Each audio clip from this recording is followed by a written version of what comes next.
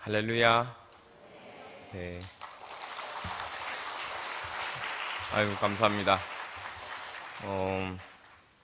길갈의 12돌 기도에 나오신 여러분을 진심으로 환영하고 축복합니다. 오늘 이 밤에도 우리 하나님이 정말 기억에 남을 만한 그런 은혜로 여러분과 함께 해 주실 줄 믿습니다. 오랜만에 반가운 얼굴들을 보니까 참 감회가 새로운 것 같습니다. 한 5년 만인가요? 언젠가는 제가 이 강단에 다시 한번 서게 되지 않을까 하는 그런 상상을 해보기도 했는데 생각보다 너무 빨리 이렇게 서게 될 줄 몰랐습니다. 길갈에 세웠던 그 12돌을 이곳 이천에서 세운다는 소문을 듣고 우선 이 홍성환 목사님이 첫 번째 머릿돌이 되시고 비록 자갈돌멩이지만 이렇게 부족한 종이 두 번째 돌멩이가 되어서 여러분 앞에 서게 되었습니다. 누가복음 19장 40절에 보면 만일 이 사람들이 침묵하면 돌들이 소리 지르리라 라고 했는데 오늘 제가 광야에 외치는 돌이 되어서 여러분 앞에 하나님의 말씀을 대언하고자 합니다.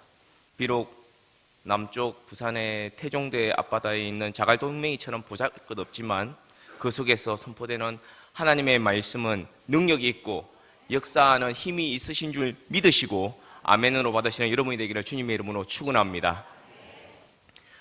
교회를 다니시는 그런 분들이나 이제 갓 훈련을 받으신 분들에게 신앙생활을 하시면서 가장 좀 특별히 어렵다라고 느끼는 것이 뭐냐라고 제가 질문을 한번 가끔 던질 때가 있는데요. 그때마다 놀랍게도 많은 분들이 기도가 어렵다고 이야기합니다. 목사님, 기도가 제일 힘들어요. 어떻게 기도해야 될지도 모르겠고, 그리고 한 5분만 앉아있어도 할 말이 없어요. 그렇게 이야기합니다. 실제로 제가 아는 목사님 중에 이 유튜브를 하는 목사님이 몇 분 계십니다. 그 중에 한 분은 현재 구독자 수가 29,000명인 분이 있습니다. 기독교 유튜브 채널 치고는 어마어마한 겁니다.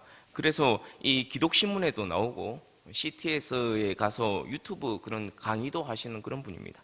그런데 이분이 처음부터 잘 되신 분이 아니었습니다. 이 동영상을 많이 올리기는 하는데 조회수가 한 300회, 400회 딱 그 정도가 거의 대부분이었습니다. 물론 전달력도 있고 내용도 좋지만 제가 생각에는 좀 재미가 없어서 그렇지 그래도 나름대로 수준이 있는 그런 영상을 올리는 겁니다. 그런데 어느 날 자고 일어났는데 대박이 터진 겁니다. 영상 조회수가 10만 회를 넘긴 것입니다.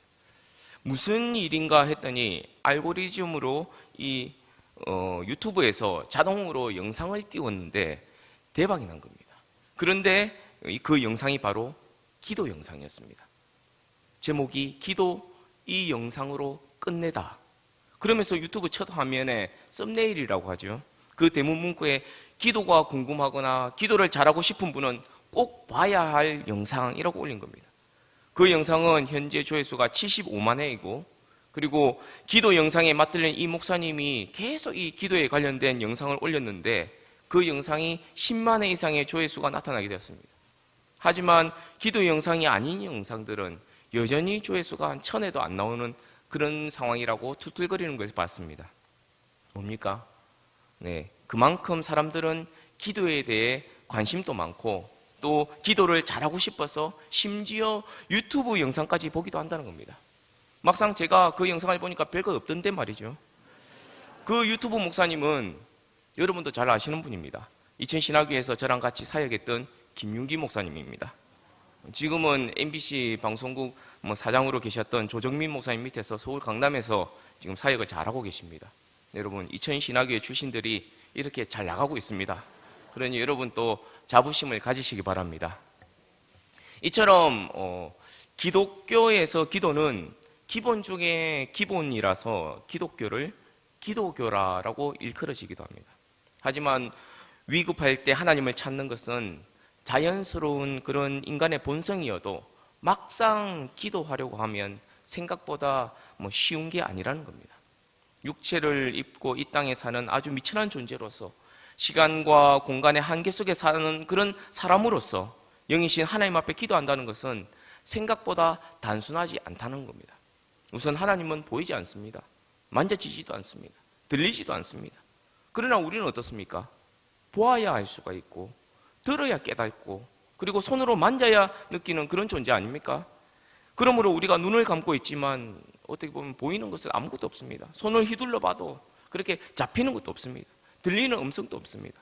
그럼에도 불구하고 하나님 앞에 기도한다는 것은 이건 결코 쉬운 일이 아니라는 겁니다. 어쩌면 기도가 어렵다라고 하소연하는 것이 어떻게 보면 당연할지도 모릅니다. 이렇게 기도가 어렵다 보니 간혹 잘못된 기도를 하는 일들이 빈번하게 발생하기도 한다는 겁니다. 기도가 아닌 기도, 일명 유사 기도가 나타나기 시작한다는 것입니다. 예수님 당시에도 그랬습니다. 기도가 어렵다 보니까 유대인 중에는 잘못된 기도로 길들여져 있던 사람들이 있었습니다. 예수님이 보시기에 그건 아닌데 하는 그런 기도를 하고 있는 사람들이 허다했다는 겁니다. 그래서 오늘 본문에서 예수님은 이 잘못된 기도를 고쳐주시고 계십니다. 그리고 뭐가 참된 기도인지를 가르쳐 주시고 계시다는 겁니다. 여러분, 오늘 금요일 밤에 길갈의 12돌 기도에 나오셔서 찬양도 뜨겁게 하고 말씀도 듣지만 실은 우리가 기도하러 모인 거 아니겠습니까? 그런데 정작 기도는 하는데 뭔가 잘못된 기도를 올려드렸다면 그것만큼 억울한 일이 또 어디 있겠습니까? 장마철에 덥고 습한 날에 여기까지 어렵게 왔는데 박용호 목사가 오랜만에 온다고 해서 이 시간에 이렇게 왔는데 잘못된 기도를 드리면 얼마나 억울하겠습니까? 안 그렇겠습니까? 오늘 말씀을 잘 듣고 주님이 받으실 만한 참된 기도, 바른 기도, 온전한 기도를 올려드릴 뿐만 아니라 그 기도의 기념비를 우리의 다음 세대에게까지 물려줄 수 있는 저와 여러분이 되시기를 주님의 이름으로 축원합니다. 우선 유대인들이 드리는 기도가 어떤 면에서 잘못되었는지를 살펴보면 첫 번째 잘못된 기도는 사람에게 하는 기도이다. 뭐라고요? 네, 사람에게 하는 기도.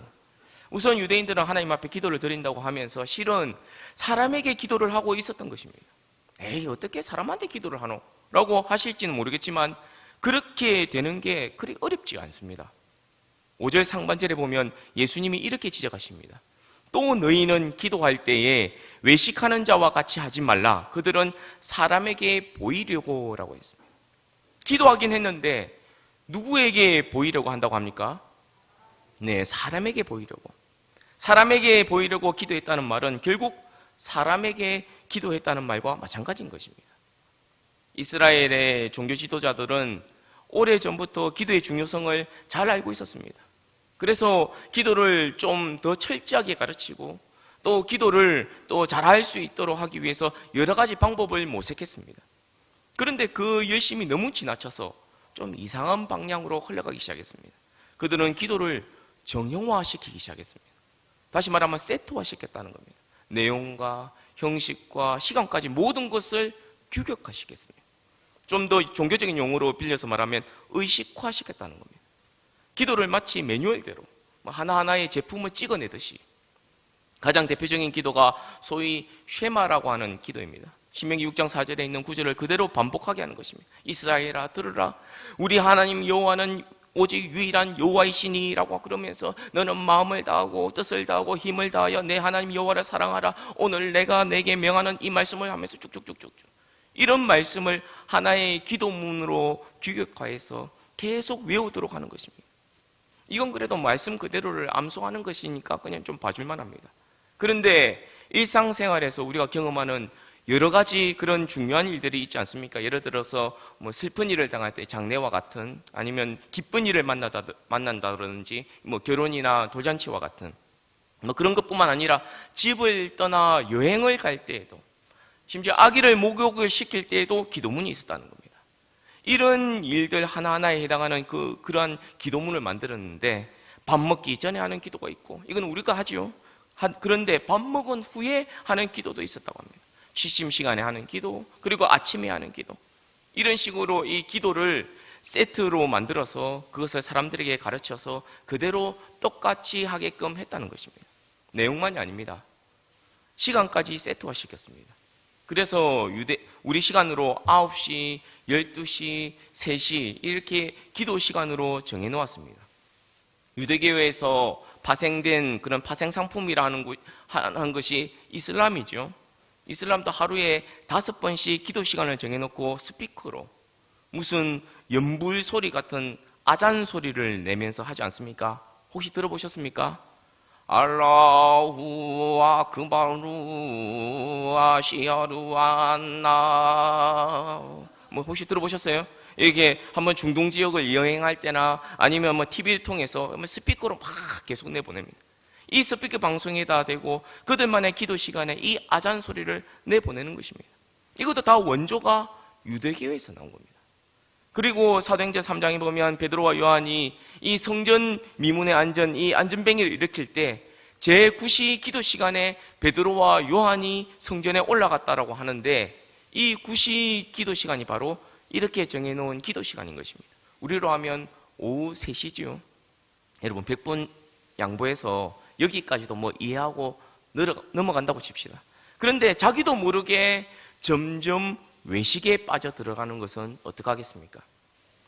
한 번은 사람들이 많이 다니는 이 예루살렘 거리를 지나가게 되었습니다. 그런데 시간이 12시가 된 겁니다. 12시는 무슨 시간입니까? 네, 기도 시간이죠. 그 기도 시간이 되었으니까 기도해야 되지 않겠습니까? 흔히 유대인들이 하듯이 두 손을 들고 고개를 숙이고 이렇게 하나님 앞에 기도를 합니다. 그저 1, 2분 쉐마를 외우고 그렇게 그리고 나서 눈을 뜨고 평상 생활을 할 수도 있었지만 그날따라 왠지 조금 더 길게 기도를 했던 것입니다.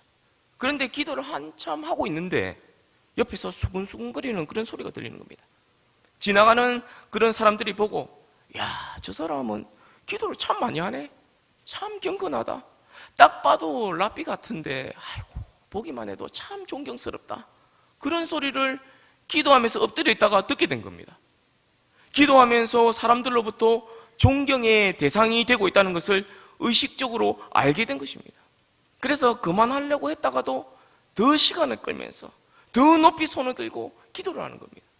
이렇게 기도함으로써 사람들로부터 칭찬을 받는 그런 맛을 알게 되자 이번에는 일부러 기도 시간이 가까워오면 11시 55분쯤에 사람들이 많이 찾아다니는 시장 바닥이나 회당거리나 아니면 큰 도시 모퉁이로 찾아가는 겁니다. 여기로 말하면 하이닉스 앞이나 아니면 중앙통의 그 사거리 앞으로 가는 겁니다.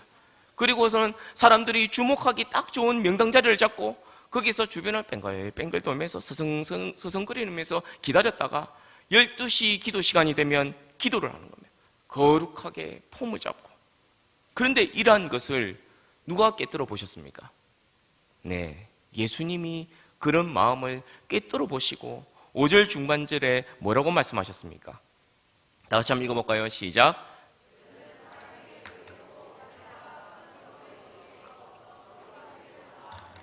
네, 이처럼 은근히 즐기고 있었던 것입니다.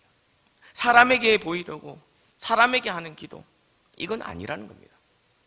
우리는 이런 이야기를 들으면 하면서 혀를 차겠지만 우리의 기도도 이렇게 되기가 쉽다는 거 아십니까?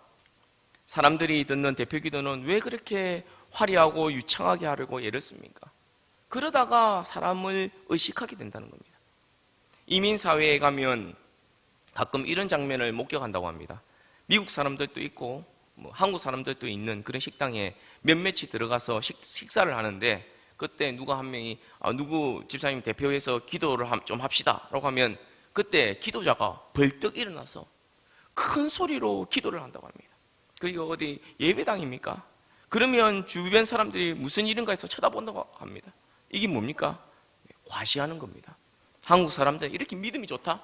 너그 미국 사람들은 식사할 때 기도도 잘 안 하지? 응? 하지만 우리는 이렇게 기도도 하고 하나님께 감사를 드리면서 식사한다는 것을 은근히 과시한다는 겁니다. 그리고 그런 기도라도 짧게 하면 얼마나 좋습니까? 그런데 올려놓은 고기가 다 탈 때까지, 그러면 고기 굽는 사람의 마음은 어떻겠습니까? 애가 타죠. 그래서 한쪽으로 이렇게 서뜨면서 이렇게 고기를 뒤집어야 합니다. 집에서는 5분도 기도 안 하는 사람들이 꼭 그런다면서 이민 목회하시는 그 목사님이 설교 시간에 하시는 말씀을 들은 적이 있습니다. 여러분, 우리의 기도도 이렇게 형식화되고 정형화되고 외식적인 기도가 될 수 있다는 것을 아셔야 합니다. 여기 이천신화교회에서도 어느 날부터인가 우리 한국교회에서 사라진 주여 삼청을 여전히 고수하고 계시죠? 고수 안 하십니까? 네. 여러분, 주여 삼청을 왜 합니까? 그렇게 하는 이유가 뭡니까? 목 풀기 위해서 목청 돋으려고? 아니면 원 없이 소리 한번 질러서 스트레스를 확 한번 날려보려고? 물론 그런 효과가 없지 않아 있기는 합니다만은, 그러나 우리가 통성 기도하기 전에 주여를 외치고 주여 삼창을 하는 것은 우리의 그 기도가 집중력을 가지고 주여라고 외치면서 우리의 생각과 우리의 마음을 오로지 주님의 십자가에 집중시키는 것인 줄 믿습니다. 우리의 절절한 마음을 모으기 위한 것입니다. 이것보다 다른 더 좋은 방법이 있으면 한번 말씀해 보십시오. 저도 한번 해보게. 그런데 제가 살아오면서 아직 주여 삼창만 한 것을 저는 발견하지 못했습니다. 그런데 만일 어느 날 이 주여 삼창마저도 이 주여 삼창을 하지 않으면 기도가 아닌 것처럼 그렇게 정형화되어 버린다면, 그렇게 화석화되어 버린다면 유대인들의 그 잘못된 기도와 다를 바가 뭐가 있겠습니까? 마음의 중심도 없고 사모하는 마음은 없고 그냥 입으로만 주여라고 찾고 목으로 땡까움만 지르는 그러고 있다면, 여러분, 주여 삼창을 하지 말자는 이야기가 아닙니다. 오늘 저녁에도 설교가 마치면 우리는 여전히 주님을 찾고 기도할 것입니다. 때로는 목이 터지라 외칠 것입니다. 그런데 그보다 더 중요한 것이 뭘까요? 바로 우리의 중심이며 우리의 마음이고 또 우리의 온전함인 줄 믿습니다. 초집중해서 주님의 그 십자가만 바라보는 그런 집중력 있는 기도를 올리시는 저와 여러분이 되기를 주님의 이름으로 축원합니다. 또 주님이 지적하시는 잘못된 기도는 두 번째로 중언부언하는 기도. 뭐라고요? 중언부언하는 기도. 7절에 주님이 이렇게 지적하십니다. 또 기도할 때에 이방인과 같이 중언부언하지 말라. 그들은 말을 많이 하여야 들으실 줄 생각하느니라. 중언부언이 뭡니까? 바타로게요. 헬라어인데요. 의미 없는 그 말을 반복하는 것을 말합니다. 또는 이 의미가 있는 말이라 할지라도 생각을 담지 않고 계속 짓거리는 것을 일으켜서 중언부언이라고 합니다. 이해가 되십니까? 유대인들은 규격화된 기도, 세트가 된 이 기도를 수없이 주문처럼 그렇게 반복하면 하나님이 설득을 당할 수 있을 것이다 라고 하는 그런 생각을 갖고 있었습니다. 그것이 중언부언이죠. 가톨릭에서 묵주를 들고 같은 것을 계속 반복하여 기도하는 것도 마찬가지입니다. 그런데 여러분, 우리도 이런 중언부언하는 그런 기도의 함정에 빠질 위험이 얼마든지 있습니다. 우리도 기도하다가 주여라고 외칠 때가 있습니다. 그런데 그게 의미 없이 허공만 치는 그런 주문이 되면 곤란하다는 사실입니다. 여러분, 그렇다고 이게 반복이 문제가 아니라는 겁니다. 예수님도 겟세마네 동산에서 기도하실 때 반복하셨습니다. 성경에는 3번밖에 반복이 안 나왔지만 우리가 볼 때 그렇게 긴 시간에 3번만 반복해서 기도했다고 보지 않습니다. 예수님께서 엎드리고 또 엎드리고 하나님 앞에 온 힘을 다하여 기도하셨습니다. 아버지, 내 뜻대로 마옵시고 아버지의 뜻대로 하옵소서. 여러분, 이 말씀을 한 번만 하셨겠습니까? 아니면 한 5번 정도만 하셨겠습니까? 10번이고 20번이고 한없이 반복하셨을 것입니다. 그러나 주님은 그 기도를 반복하실 때마다 이마에 흘러내리는 그 땀방울이 핏방울처럼 후두둑 그렇게 떨어졌다는 겁니다. 자신의 전 인격을 다해 모든 힘을 쏟아서 그 말 한마디에 담아서 하나님 앞에 드린 기도였습니다. 이런 기도는 아무리 반복해도 중언부언이 아닌 것입니다. 삶이 고단해서 하나님의 도우심을 구하며 기도를 하는데, 기도를 해도 주여 아시지요? 라고 하는 그 외마디 외침만 할 수밖에 없는 분들도 솔직히 있습니다. 이런 분들이 밤이 새도록 주여 아시지요? 라고 외쳐도 그것은 중언부언의 기도가 아니라는 겁니다. 그러나 자기가 기도를 하고 있으면서도 무슨 내용을 하고 있는지 자기도 모르고 하나님도 모르고 며느리도 모르는, 마치 무슨 음식 레시피 비법도 아닌데 말이죠. 아무 뜻도 감정도 의지도 없는 기도. 그런 기도는 기도하는 사람이 응답에 헌신할 생각도 없고 충성할 그런 마음도 없이 그저 계속 그렇게 해서 반복하기만 하면 하나님이 반드시 설득당할 것이라고 생각한다면 그건 여러 번이 아니라 1000만 번을 해도 소용이 없는 것이고, 그리고 그렇게 생각하는 것 자체가 이미 중언부언이라는 사실입니다. 제가 예전에 사역했던 교회에서 새벽마다 기도를 할 때 제 귀에 꽂히게 기도를 하는 한 집사님이 계셨습니다. 이 집사님이 사용하시는 단어가 있었는데 그게 뭐냐면 만나였습니다. 광야 시대에 내리는 만나를 말하는 건지 아니면 이게 맞냐라고 하는 건지, 경상도에서는 진짜야 맞아 이걸 만나라고 하거든요. 아니면 복을 나만 달라고, 나만 이렇게 이야기하는 건지 잘 모르겠지만 만나 계속 주구장창 1시간 내내 만냐라고 하는 겁니다. 그걸 1년 365일 동안 새벽이고 금요 성령 집회고 하여튼 기도할 때마다 앉으면 만나라고. 그래서 하도 제가 답답해서 맞다라고 기도로 답을 해준 적이 있습니다. 결국 그분에게 만나의 뜻을 물어보지 못하고 그 교회에서 사임을 했습니다. 여기 이천신학교에도 기억나는 분이 한 분 계시긴 한데 제가 말은 안 하겠습니다. 사랑하는 성도 여러분, 나도 모르고 하나님도 도무지 모르는 그런 중언부언의 기도가 아니라 이왕이면 나도 알고 하나님도 아시는, 그리고 지나가는 사람조차도 알만한 그런 분명한 기도의 손을 올려드릴 수 있기를 주님의 이름으로 축원합니다. 그런데 여러분, 보통 중언부언하는 기도라고 하면 소리 내어 기도할 때, 다시 말하면 통성으로 기도할 때 중언부언을 할 가능성이 많다고 생각합니다. 그런데 여러분, 실제로 소리 없는 중언부언 기도가 더 많다는 사실 아십니까? 기도 시간에 이렇게 기도하시는 분들 있죠. 주여 우리 아들, 기도는 하는 것 같은데 본인은 통성기도 반, 묵상기도 반으로 기도했다고 하는데 뭘 기도했냐라고 하면 잘 모르는 겁니다. 그냥 묵상으로 기도했답니다. 또 웃기는 것은 그 묵상이 언제나 똑같다는 겁니다. 어제나 오늘이나. 이런 사람들은 이렇게 말합니다. 하나님은 생각만 해도 응답하신다라고. 맞습니다.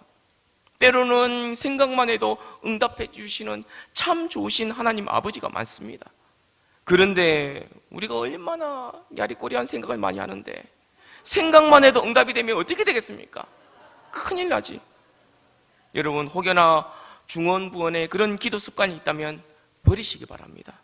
입으로 우리의 소원을 고백하며 혹여나 옆에 분이 기도 들을까봐 신경 쓰인다면 중얼거리거나 반복적인 기도라도 나의 온 힘과 생각과 의지를 집중해서 드리는 그런 참된 기도를 드리시는 여러분이 되시기를 주님의 이름으로 축원합니다. 그렇다면 이제는 어떻게 기도해야 할까요? 어떤 기도가 바른 기도고 참 기도겠습니까? 예수님이 가르쳐 주셨습니다. 골방에서 기도해야 한다. 뭐라고요? 네, 골방에서 기도해야 한다. 6절에 보면 너는 기도할 때 어떻게 기도하라고 합니까? 다 같이 한번 읽어보겠습니다. 시작. 너는 기도할 때에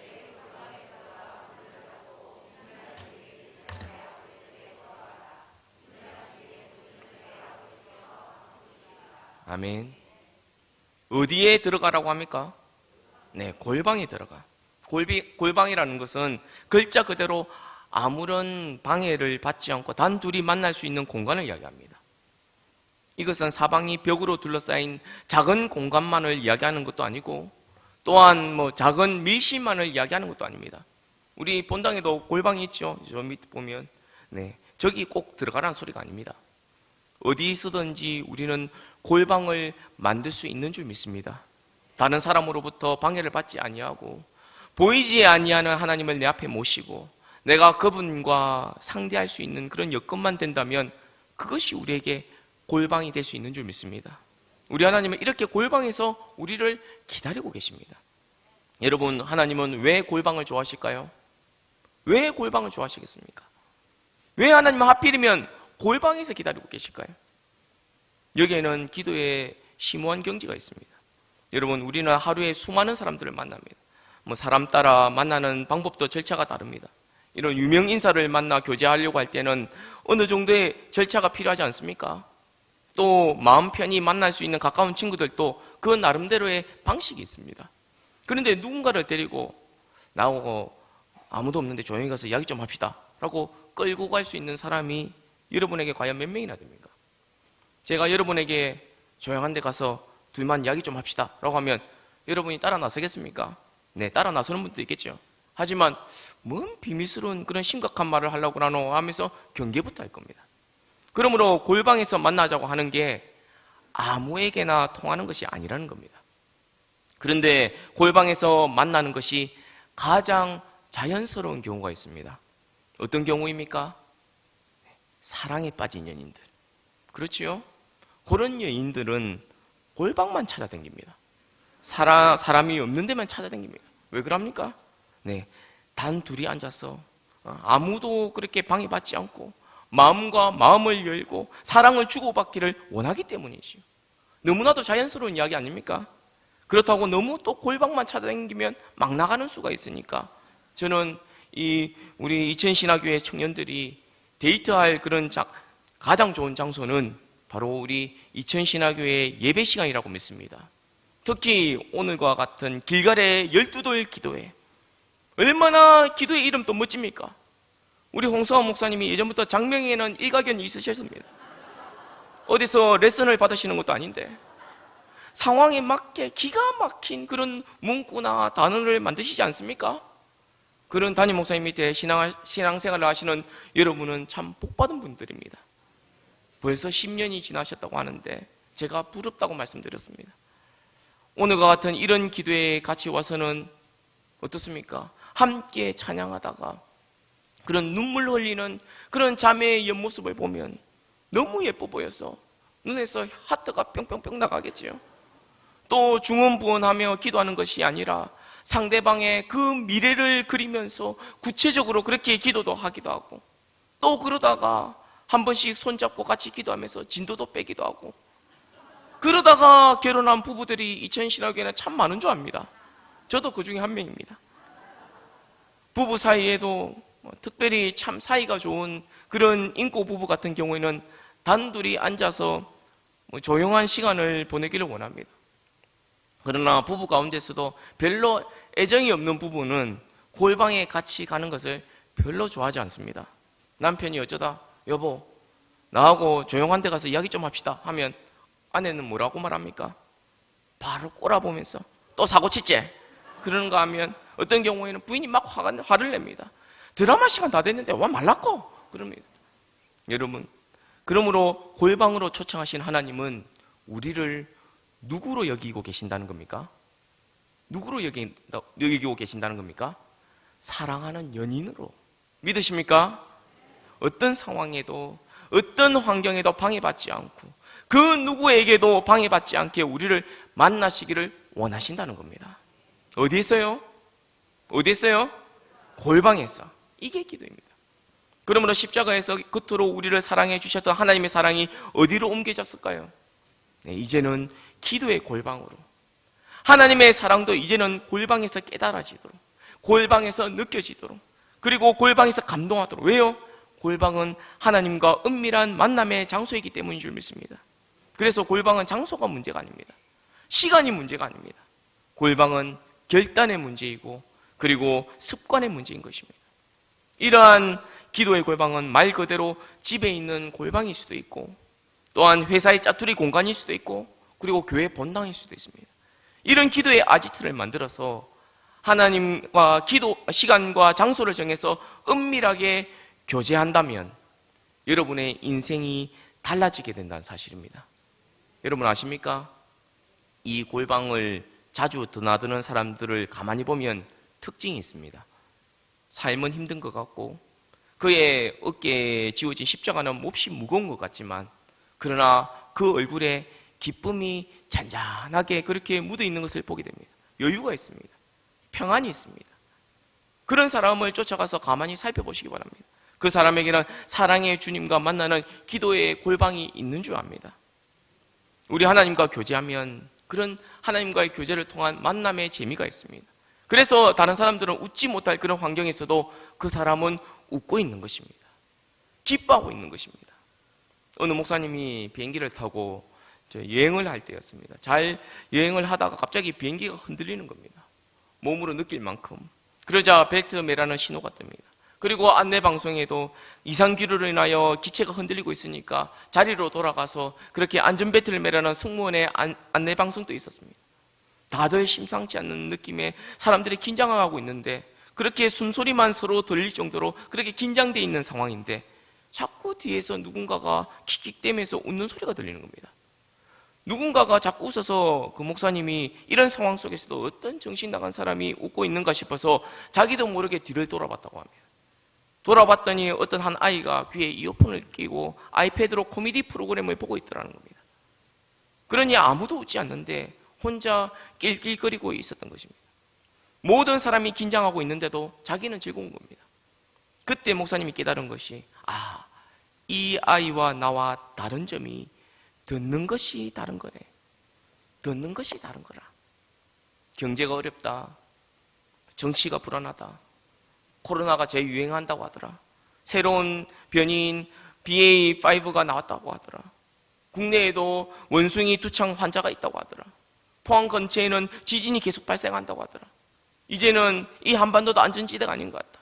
러시아 우크라이나 그 전쟁 때문에 기름값이 올라서 차 타고 다니기도 부담된다. 먹고 살기도 힘들다. 주가는 그렇게 매일매일 미끄럼 타듯 내려온다. 사업하기 너무 힘들다.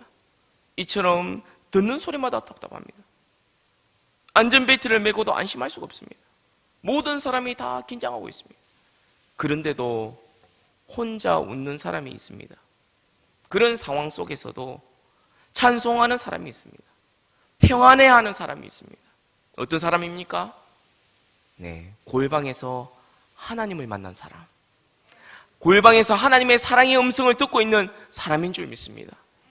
그 사람 앞에는 온 세상이 소돔과 고모라 같이 더러워져도 실망하지 않습니다. 왜냐하면 결국은 예수 그리스도가 승리할 것이기 때문에, 그것을 알기 때문에. 그 사람은 자신 앞에 있는 문제가 산더미처럼 높아 보이지만 하나님보다 크지 않는다는 것을 안다는 사실입니다. 그래서 낙심하지도 않습니다. 왜요? 하나님을 방금 만나고 나왔기 때문에. 그러므로 기도의 골방에 들어갈 때는 죽을 생각하고 들어갔던 사람이 나올 때는 천사의 얼굴을 하고 나오게 되는 것입니다. 사랑하는 성도 여러분, 이 기도의 골방이 정말로 회복될 수 있기를 주님의 이름으로 축원합니다. 오늘 밤 이 자리가 여러분의 골방이 되는 그런 밤이 될 수 있기를 간절히 소망합니다. 그러면 그 골방에서 우리는 무슨 기도를 해야 할까요? 오늘은 우리 자녀들을 위해서, 우리의 다음 세대들을 위해서 기도하시기 바랍니다. 우리의 다음 세대를 위한 기도는 중언부언하듯이 기도해서는 안 됩니다. 그냥 형식적으로 시간 때우듯이 그렇게 기도해서는 안 된다는 말입니다. 우리 자녀가 다니는 학교에 복음을 전하면 안 된다라고 합니다. 하지만 그거 잘못 알고 있는 겁니다. 학교에는 분명히 종교의 자유가 있습니다. 그런데 교육계에서 특정 종교라는 프레임을 씌워서 학교에서는 마치 복음을 전하면 안 되는 것처럼 만들어 놓았습니다. 종교가 들어오지 못하게끔 만들어 놓은 것입니다. 그래서 학교 안에서 예배나 기도 모임을 못하는 것처럼 그렇게 해놓은 것입니다. 그래서 주일학교 수가 점점 더 줄어들고 있다는 겁니다. 제가 사는 부산에는 청소년 중에 교회 다니는 학생이 부산 성시야에서 조사를 했는데 부산 전체에 한 6,000명에서 7,000명밖에 안 된다는 겁니다. 그러니까 학교에서 한 반에 교회 다니는 학생이 한 명이 있을까 말까 한다는 겁니다. 이게 우리의 다음 세대들의 실태라는 것입니다. 진심으로 우리의 다음 세대들이 이런 성경적인 그런 가치관을 가지고 세상에 나아갈 수 있도록 기도하셔야 합니다. 우리의 자녀들은 부모 세대인 여러분들이 골방을 찾아가는 모습 그대로 답습합니다. 여러분이 여러분의 자녀들에게 남길 기념비가 뭐가 있겠습니까? 현금입니까? 주식입니까? 비트코인입니까? 아니면 부동산 땅입니까? 가나안 입성을 앞둔 부모 세대들이 자녀 세대들을 위해 남긴 기념비가 길갈의 12돌이라고 한다면 남쪽의 자갈 돌멩이와 같은 미천한 종이 부탁드립니다. 여러분의 기도의 골방을 여러분의 자녀들에게 기념비로 남겨주시기 바랍니다. 그냥 형식적이고 정형화된 것 말고 정말 부모 세대들의 그런 간절한 눈물과 그런 땀방울이 적셔있는 그런 기도의 골방을 물려줄 수 있는 우리 이천신학교의 성도님들 될 수 있기를 주님의 이름으로 축원합니다. 말씀을 맺겠습니다. 예수님이 기도에 대해서 가르쳐 주시면서 마지막으로 아주 중요한 그런 교훈으로 마무리를 하고 있습니다. 우리 8절을 다 같이 읽겠습니다. 시작. 그러므로 그들을 본받지 말 구하기 전에 너희에게 있어야 할 것을 하나님 너희 아버지께서 아시는. 하나님이 어떻게 아신다고 합니까? 네, 다 아신다라고 합니다. 그러므로 여러분, 기도는 하나님이 뭘 잘 알지 못하기 때문에 하나님께 뭔가를 알려주기 위한 그런 수단이 아니라는 겁니다. 하나님이 모르기 때문에 내가 계속 말을 해서 하나님으로 하여금 기억하게끔 하고 또 하나님께서 알 수 있도록 설득시키는 것이 아니라는 겁니다. 하나님은 이미 다 알고 계십니다.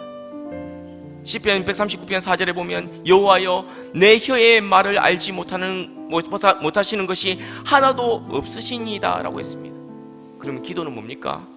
내가 말을 많이 해서 내가 원하는 것을 받아내는 수단이 아니라는 겁니다. 오히려 기도는 거꾸로 하나님이 우리에게 주기를 원하시는 것을 주실 수 있도록 그렇게 명분을 만들어 드리는 것이 기도인 줄 믿습니다. 하나님은 각양 좋은 것들을 준비하셔서 주시길 원하십니다. 근데 이거 어떻게 줘야 되노? 이게 바로 하나님의 고민이라는 겁니다. 아무렇게나 막 줄 수가 없거든요. 그러면 오히려 그게 독이 될 수가 있으니까. 사랑하는 이천신학교의 성도 여러분, 오늘 여러분의 기도에서 하나님께 하는 기도가 아니라 사람에게 하는 그런 형식과 외식이 혹 있다면 이거 다 고칠 수 있기를 간절히 바랍니다. 소리를 내는 중언부언 기도이든 소리 없는 중언부언 기도이든 이런 잘못된 기도의 자세도 고쳐질 수 있기를 간절히 바랍니다. 잘못된 이 두 가지 기도를 한 방에 고칠 수 있는 방법이 뭘까요? 네, 바로 나만의 골방에 들어가서 은밀하게 하나님을 만나는 것입니다. 사랑하는 성도 여러분, 골방 기도에 힘쓰시기 바랍니다. 골방 기도는 우리의 영혼을 소생시키는 은혜의 셈인 줄 믿습니다. 불가능을 가능케 하는 영적인 그런 기적의 현장인 줄 믿습니다. 여러분, 골방 기도는 우리의 공허함을 또한 하나님의 충만함으로 채우고 우리의 연약함을 또 하나님의 능력으로 대신하며 우리의 필요를 하나님의 성실하심으로 공급받는 그런 축복의 채널이 된다는 사실을 믿으시길 바랍니다. 그리고 이 기도의 골방을 우리의 자녀들에게 꼭 남겨주시기 바랍니다. 길갈의 12돌처럼 기념비로 물려주시기 바랍니다. 우리 자녀들이 부모님이 보여주셨던 대로 자신만의 그런 기도의 골방을 가질 수 있게끔 기도의 골방을 대물림할 수 있기를 간절히 바랍니다. 그래서 오늘 이 시간부터 우리의 모든 삶이 골방에서 하나님과 주파수를 맞추고 그것을 통해서 우리에게 임하는 그런 놀라운 은혜와 능력을 힘입어 이 세상을 산다면 우리는 우리에게 얼마든지 승리가 있을 줄 믿습니다. 어떤 문제도 극복할 수 있는 줄 믿습니다. 어떤 슬픔도 이길 수 있는 줄 믿습니다. 우리의 다음 세대들도 능력이 있는 크리스찬이 될 수 있는 줄 믿습니다. 하나님은 오늘 또 골방에서 우리를 기다리십니다. 골방에서 우리를 기다리시는 하나님의 만남으로 참 행복을 누리는 우리 이천신학교의 모든 성도님들 될 수 있기를 주님의 이름으로 축원합니다.